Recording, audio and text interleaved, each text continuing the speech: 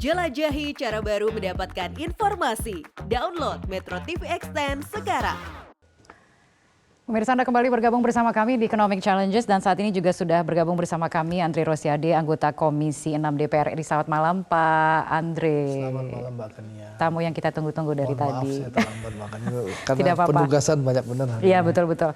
Pak Andre, kita akan bicara soal strategi. Sebenarnya kita sudah bicara banyak mengenai apa yang kita sampaikan tadi di awal adalah bagaimana visi dari pemerintahan yang sekarang untuk mencapai Indonesia Emas 2045. Apakah masih relevan untuk kita bicarakan atau tidak? Karena kalau kita melihat paling tidak, indikator utamanya adalah soal pertumbuhan ekonomi. Masih rendah sekali, rata-rata di atas 5%. Padahal sebenarnya untuk bisa mencapai atau keluar dari jebakan middle income trap harus lebih dari 5%, paling tidak 7 sampai dengan 8%. Nah, kalau melihat dari strateginya, apakah mungkin ada strategi yang perlu dirubah ke depannya? Jadi gini Mbak Kania, sebenarnya kita harus bersyukur ya dengan kondisi kita saat ini ya dibandingkan dengan negara-negara lain yang ada di dunia. Memang banyak pihak yang tidak puas ya karena memang pertumbuhan ekonomi kita hanya 5%, bahkan diprediksi 5,3%, tidak sesuai dengan angka yang sampai Mbak Kania sampaikan 6 sampai 7%. Iya, untuk memastikan Indonesia Emas tahun 2045. Tapi sekali lagi kenapa saya bilang kita harus bersyukur? Karena memang 5,3% saat ini di dunia ini sudah prestasi luar biasa. Di saat negara-negara lain masih minus, bahkan hanya tumbuh 0, dan kita mampu tumbuh 5,3%. Dan bahkan di luar pertumbuhan ekonomi kita masih lihat bagaimana negara-negara lain masih mengalami dampak pandemi COVID-19 yang luar biasa. Kita salah satu negara yang mampu menghadapi pandemi COVID-19 dan dipuji oleh berbagai negara besar bahwa Indonesia salah satu negara yang terbaik menghadapi pandemi COVID-19. Dan satu lagi Mbak Kania, di saat Pak Andre, kita bukan tidak mensyukuri pencapaian kita, begitu. Tapi apakah sudah cukup modalkah untuk kemudian melakukan lompatan tersebut ke depannya? Menurut saya karena ini optimisme itu kan terus dibangun, dikobarkan gitu 2045, Mbak Kania, Indonesia menjadi negara maju. Menurut saya ini modal besar bagi bangsa kita. Ya, kita, mohon maaf ya, saya bukan bicara politik, tapi saya harus sampaikan kita punya modal besar bahwa dengan rekonsiliasi Pak Prabowo dengan Pak Jokowi di Pemilu 2019, ini modal besar bangsa kita yang diciptakan persatuan. Inilah yang menjadi modal kita menghadapi pandemi dan krisis ini. Sehingga pemerintah bersatu, seluruh elemen bangsa bersatu dan mewujudkan pemerintah yang kuat sehingga kita mampu tadi menghadapi pandemi dan mampu menghadapi krisis, dan alhamdulillah ekonomi kita tumbuh 5,3%. Dan menurut saya ini sudah on the track. Dan tentu sekali lagi ya on the track. Makanya kami karena merasakan bahwa ini sudah on the track, makanya mohon maaf ya, Pak Prabowo mencetuskan nama koalisinya Koalisi Indonesia Maju. Ya tadi ada yang bicara dapil, ada yang bicara koalisi. Baik, saya ingin ke Pak Didi, sudah on the track. Saya katakan politisi yang bicara. Gini, Pak Andre benar tidak salah ya. Tidak tapi salah. kan pembicaraan kita ini sedang berlomba-lomba untuk menuju Indonesia Emas. Kecepatan kita harus 70 km per jam. Kan kalau kita bandingkan, kita berlomba-lomba, wah kita bersyukur masih bisa lari. Orang lain masih sakit, kan nggak bisa begitu. Kecepatan kita harus kita tingkatkan. Jadi sebenarnya tidak salah. Tapi menjadi peluang bagi kita untuk memenangkan kompetisi kalau begitu yang lain masih agak sedikit sakit-sakitan. Karena Cina sudah tumbuh 8%, 10%, dia sudah lewat. Malaysia sudah lewat, kita belum lewat. Tapi memaknainya mungkin Mbak Kania. Bagaimana Pak Peter? Memaknai apa yang disampaikan oleh Pak Andreas tadi adalah ini adalah modal karena kita bisa melalui masa sulit pandemi tersebut, membuat kita masih bisa siap untuk lari nantinya. Sekarang memang tidak lari. Tapi dengan kita bisa tumbuh 5,3%, dengan kondisi ekonomi kita yang masih terjaga baik, kita nanti bisa lari. Nanti itu kapan? Kira-kira dan angka yang harus dikejar? Ya, kan kita menuju Indonesia Emas kan tahun 2045. Kita masih ada punya periode waktu. Ya.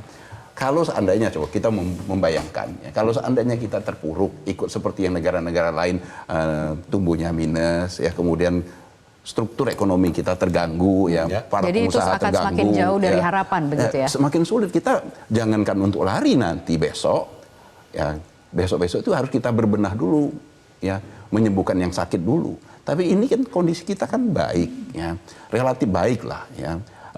Industri kita masih walaupun tidak sepenuhnya sempurna, tetapi terselamatkan dalam menghadapi pandemi. Itu modal menurut saya. Kita bertahan sehat di tengah pandemi kemarin, ya, itu modal untuk kita bisa lari nantinya. Nah, sekarang memang kita harus bersiap-siap dulu untuk larinya. Memang tidak bisa lah kita langsung lari. Jadi kita masih dalam masa persiapan seperti itu, Pak Didi. Jadi begini, sebenarnya yang disampaikan Bung Andre itu sebagai optimisme saya menaruh hormat ya, kita semua tadi ya. Tapi menurut saya, kembali yang tadi saya katakan, ini kan persiapan menuju 2045 ini, apa yang harus kita persiapkan buat bonus demografi ini. Jangan sampai bonus demografi ini berbalik menjadi bencana demografi. Hari ini kita sudah melihat ya gelombang PHK luar biasa. Lalu siap nggak negara ini mempersiapkan lapangan pekerjaan bagi yang diperkirakan 2030 kalau nggak salah mohon dibenarkan 70% bonus lapangan kerja itu untuk kalangan bonus demografi ini. Kalau lihat dari indikasi yang ada sekarang ini belum meyakinkan. Makanya oleh karena persiapan-persiapan apa, strategi apa yang harus dilakukan. Misalnya pembangunan infrastruktur yang tepat sasaran buat kaum milenial, kaum bonus demografi ini, lapangan pekerjaan apa untuk mereka. Jangan sampai jumlah makin banyak, lalu 2025, 2030 mereka mau kerja apa? Mau makan apa mereka lah?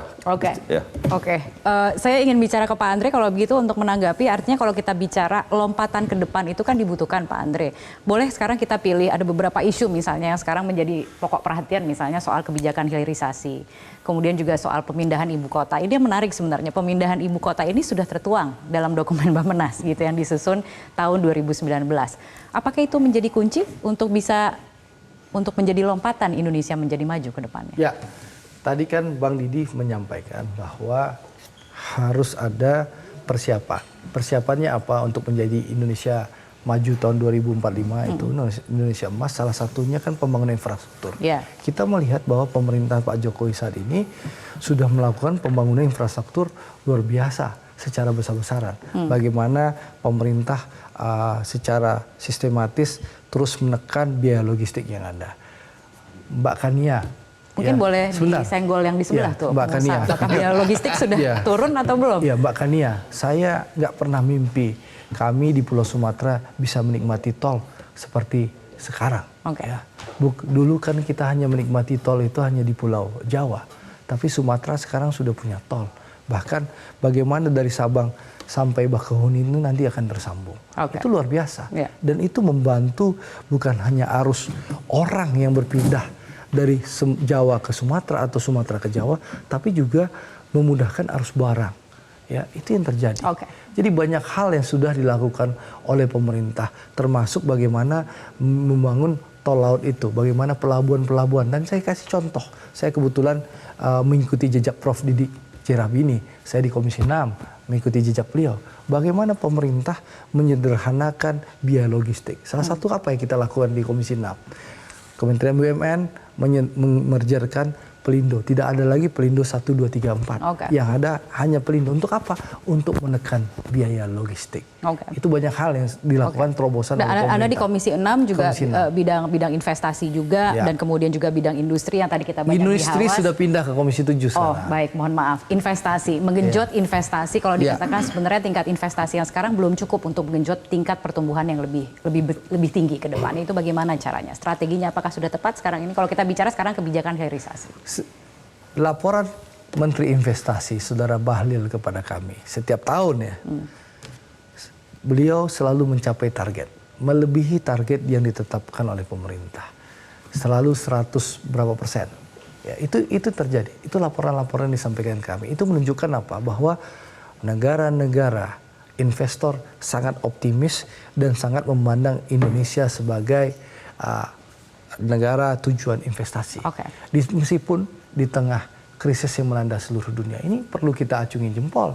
Dan menurut saya keberanian pemerintah Pak Jokowi untuk melakukan hilirisasi di tengah ancaman dan tekanan negara-negara maju itu menunjukkan bahwa pemerintah sudah on the track. Memang hilirisasi ini harus dipastikan lebih maksimal lagi. Dipastikan sumber daya alam kita betul-betul dinikmati oleh warga negara. Dipastikan ya pembelian ore nikel itu sesuai dengan harga pasar yang menguntungkan pengusaha lokal kita. Dan dipastikan juga jangan sampai ya lapangan pekerjaan sedikit untuk rakyat Indonesia. Ini kami kontrol terus di DPR untuk memastikan itu bisa terwujud. Oke, baik Pak Didi, ingin menanggapi apa yang sudah disampaikan? Iya, jadi kan tanya strategi tadi untuk menuju, sebenarnya terlalu jauh 2045. Kita harus bicara 5 tahun ke depan. Apa strateginya untuk tumbuh 7%? Kita sudah pernah punya 7% itu, best practice yang sudah dilakukan. Tetapkan industri sebagai panglima. Kalau sudah industri panglima, buktikan bahwa dia efisien. Lari ke pasar internasional. Kan kalau Taufik Hidayat main di London menang, di Pamekasan pasti menang dong. Kan beda. Kalau menang, di London belum tentu menang. Jadi menetrasi pasar internasional itu ukuran efisien. Dan itu semua yang dilakukan, ya teori flying geese pattern itu Jepang, Korea, Singapura, sampai dia belasan ribu, kemudian Cina ya dan lain-lain. Sekarang Vietnam. Itu saja. Apa yang dilakukan? Reformasi struktural, structural adjustment, debirokratisasi, efisiensi bank, suku bunga, indeks infrastruktur ya dan seterusnya.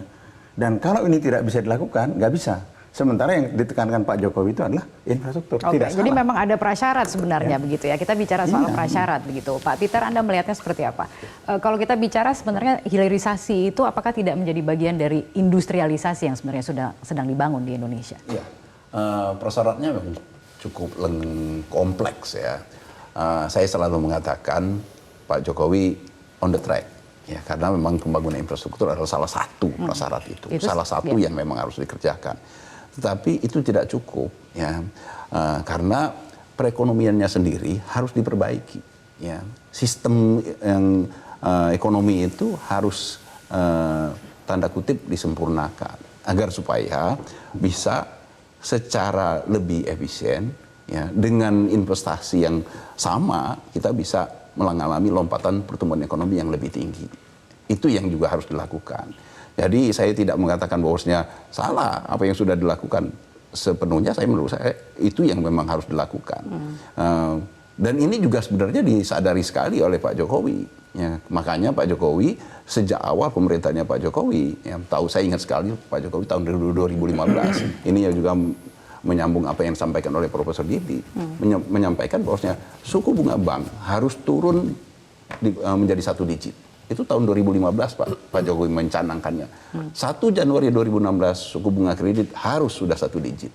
Sayangnya ini ya, upaya untuk memperbaiki sistem, ya, mengurangi ketidakefisien itu yang belum berjalan, diupayakan oleh Pak Jokowi tapi belum berjalan. Ya.